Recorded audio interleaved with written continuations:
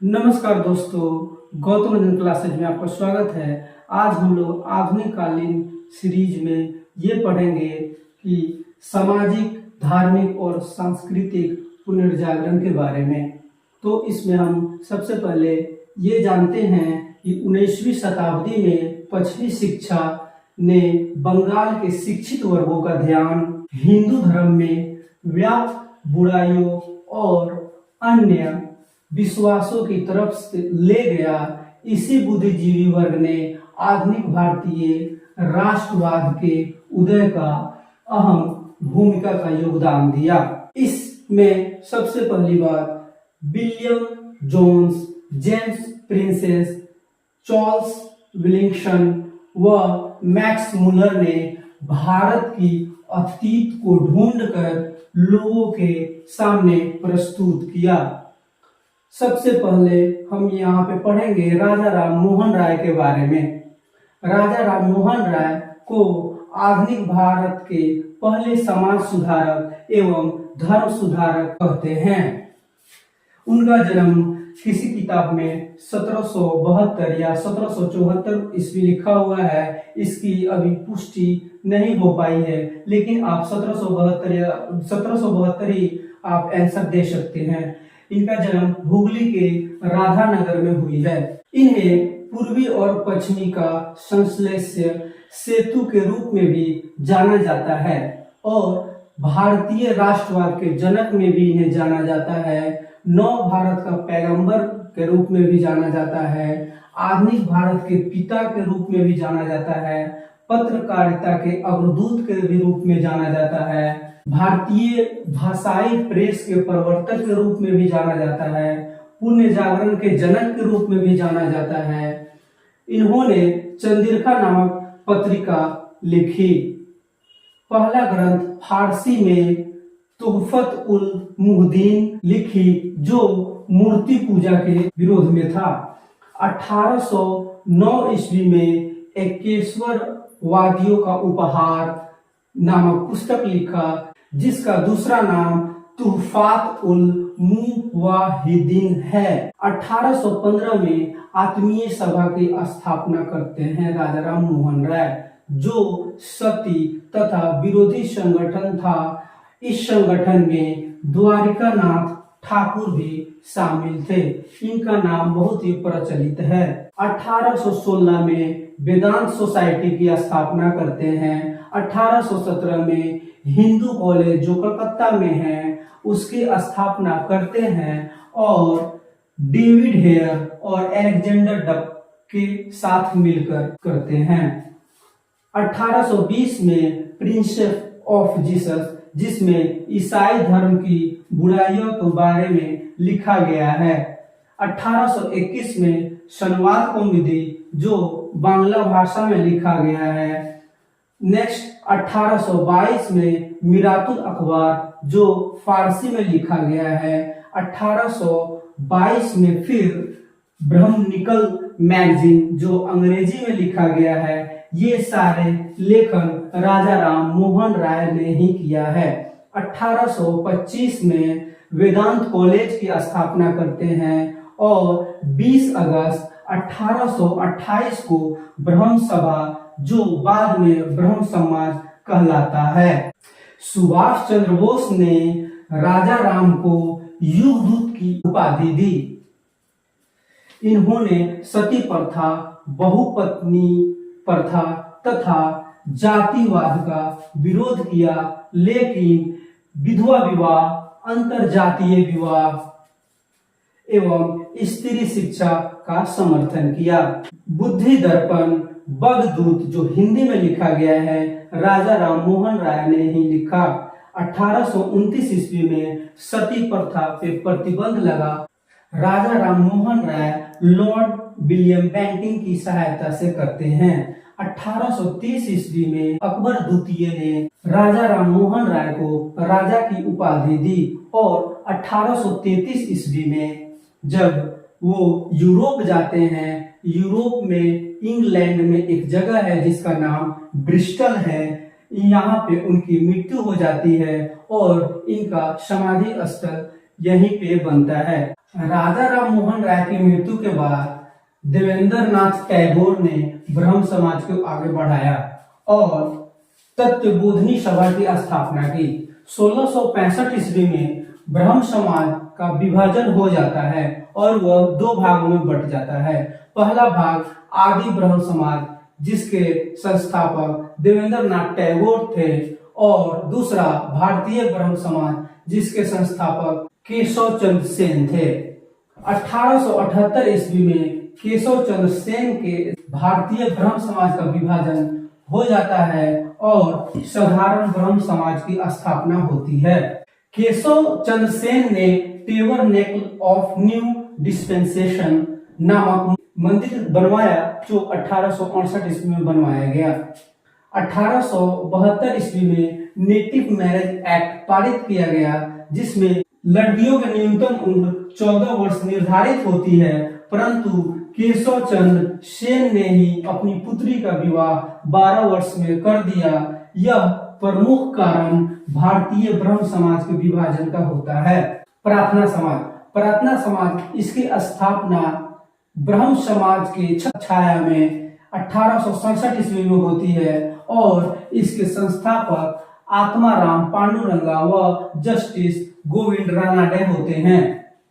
गोविंद रानाडे को पश्चिमी भारत में सांस्कृतिक पुनर्जागरण का अग्रदूत माना जाता है और 1861 ईस्वी में विधवा विवाह संघ की स्थापना होती है। सभी सुधारवादी आंदोलन में प्रार्थना समाज का प्रभाव सर्वाधिक था। महाराष्ट्र के सुकरांत के नाम से गोविंद रानाडे को ही जाना जाता है। पूना सार्वजनिक सभा, जो 1867 ईस्वी में होती है, इसके संस्थापक एच चिपलुकरन और गणेश वासुदेव जोशी एवं रानाडे थे। 1870 में रानाडे ने सार्वजनिक तौर पर पूना सार्वजनिक सभा की स्थापना की। सत्य शोधक समाज, जो 1873 ईस्वी में इसकी स्थापना होती है और संस्थापक ज्योतिबा फुले, जो महाराष्ट्र के हैं, वो होते हैं। और सत्य शोधक समाज पिछड़े वर्गों के उत्थान के लिए बनाई जाती है। गुलामगिरी, जो मराठी में लिखी गई है, वो ज्योतिबा फुले के द्वारा ही लिखा गया है। इनकी प्रेरणा से भारत में नारी आंदोलन शुरू हुआ। हरिदास ठाकुर ने पूर्वी बंगाल में फतुआ पंथ की स्थापना की एवं महाराष्ट्र में विधवा पुनर्विवाह अभियान का नेतृत्व विष्णु परशुराम पंडित ने किया। वेद समाज, वेद समाज केशव चंद्र सेन के मद्रास यात्रा से प्रभावित होकर श्री धरलू नायडू, जो 1864 ईस्वी में वेद समाज की स्थापना करते हैं। आर्य समाज, जिसके संस्थापक दयानंद सरस्वती होते हैं और उनका मूल नाम मूल शंकर होता है। पूर्णानंद ने दयानंद सरस्वती नाम दिया। इनके गुरु स्वामी बिरजानंद थे।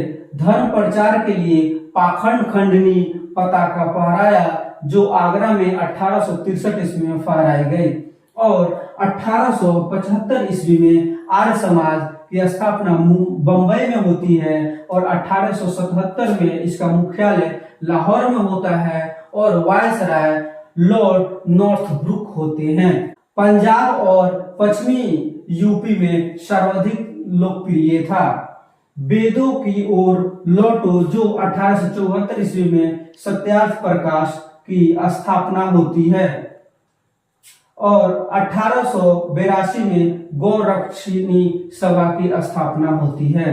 धर्म परिवर्तन से बचने के लिए शुद्धि आंदोलन की स्थापना होती है। इन्होंने हिंदी को सबसे पहला राष्ट्रभाषा स्वीकारा और 1866 ईस्वी में डीएवी, जो लाहौर में है, उसकी स्थापना लाला हंसराज करते हैं। पंडित रमाबाई ने पुणे में विधवा गृह और विद्यालय की स्थापना की। ताराबाई सिंधे ने स्त्री पुरुष तुलना नामक पुस्तक लिखी। हिंदू महिला विश्वविद्यालय कि स्थापना ईश्वरचंद्र विद्यासागर ने कलकत्ता में की थी। कन्या विद्यालय जो कलकत्ता में है उसकी स्थापना JED वैथुल ने की थी। विधवा पुनर्विवाह जो कलकत्ता में 1856 ईस्वी में इसकी स्थापना होती है वो ईश्वरचंद्र विद्यासागर ही करते हैं। सुरेंद्र नाथ बनर्जी के द्वारा डेरोजियो को बंगाल का आधुनिक सभ्यता का अग्रदूत और हमारी जाति के पिता तथा प्रथम आधुनिक व्यक्ति माना है।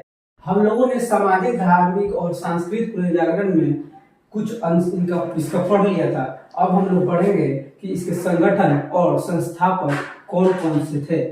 संगठन, पहला संगठन ब्रह्म समाज। ब्रह्म समाज की 4 शाखाएं हैं, जिसमें पहला शाखा ब्रह्म समाज जिसकी स्थापना राजा राम मोहन राय ने की थी। उसके बाद आदि समाज जिसकी स्थापना देवेंद्रनाथ टैगोर ने की थी। उसके बाद भारतीय ब्रह्म समाज जिसकी स्थापना केशव चंद्र सेन ने की थी। अगला साधारण ब्रह्म समाज जिसकी स्थापना शिवनाथ शास्त्री और आनंद मोहन बोस ने की थी।